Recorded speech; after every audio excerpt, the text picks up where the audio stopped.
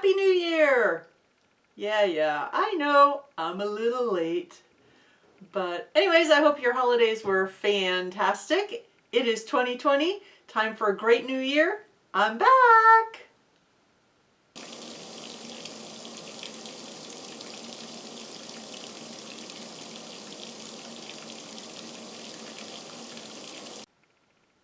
In my last video, I spoke about having another saline ultrasound that revealed a uterine polyp, the only way in which to remove it being surgery.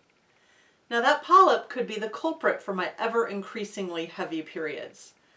So while I wasn't thrilled about needing another gynecological procedure, I had my fingers crossed that after this I would have lighter periods. So at the end of last May, I had my surgical procedure done. It was threefold: a polypectomy, which removed the polyp, a hysteroscopy, which is them just sticking a camera up there and looking around to see if there's some obvious problem, and a DNC, which that stands for dilation and curettage, if you didn't know. And essentially they go in there, they dilate your cervix, and then they scrape out the contents of the uterus.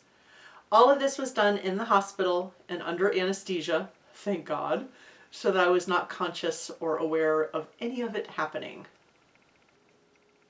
I was understandably nervous the morning of the procedure, but after being admitted and prepped, they pumped my IV full of Versed, so that helped my blood pressure and anxiety to come down a lot. My doctor came in to greet me and see that I was ready, and once everything was all prepped, they rolled me into the OR, knocked me out, and before I knew it, I was in recovery. Once I was awake, they brought me to another room for a couple more hours to make sure that I was fully awake and completely stable. Now these procedures were all outpatient, so I didn't have to stay overnight in the hospital at all. But before they allow you to leave, you must eat, drink, and urinate some minimum amount, which, yes, they measure. So they had me get up to go to the bathroom to try and pee.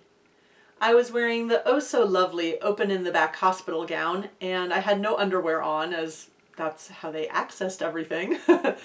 And after the procedure, they had shoved a pad between my legs. Well, when I stood up, the pad fell off and blood poured out all over the place. All down my legs, all over the front of the gown, onto the floor, and went in the bathroom, all over the toilet. Yeah, it was a little embarrassing, but I guess it was normal to be expected after what I had just had done. I mean, the nursing staff that was there with me at least behaved as if it was completely normal. Anyways, I tried to pee, which burned like crazy, since I had apparently had a catheter. I'm so glad I was asleep when all that happened too. And since I hadn't drank anything since probably around 8 o'clock the evening before, I didn't meet the minimum pee output required. So they gave me a change of gowns, helped me clean myself up, and then gave me a whole bunch of stuff to drink. And once I was finally able to produce the required amount of urine, I was able to put on my regular clothes and they were able to discharge me. After the procedure, I was told to expect some cramping and bleeding for about a week and to not expect to have my period at the expected time. And I also had a follow-up with my OB/GYN about 2 weeks later. Thankfully, I had no cramping whatsoever after my procedures. I did have bleeding for about a week, but it was not heavy. It was more like, just spotting. And the day of my follow-up appointment, much to my chagrin, I got my period. I was really unhappy about that, but my doctor said that, well, sometimes that happens, and this period should be light since he had just cleaned everything out. He did a quick pelvic exam and everything looked fine. I was healing a-okay.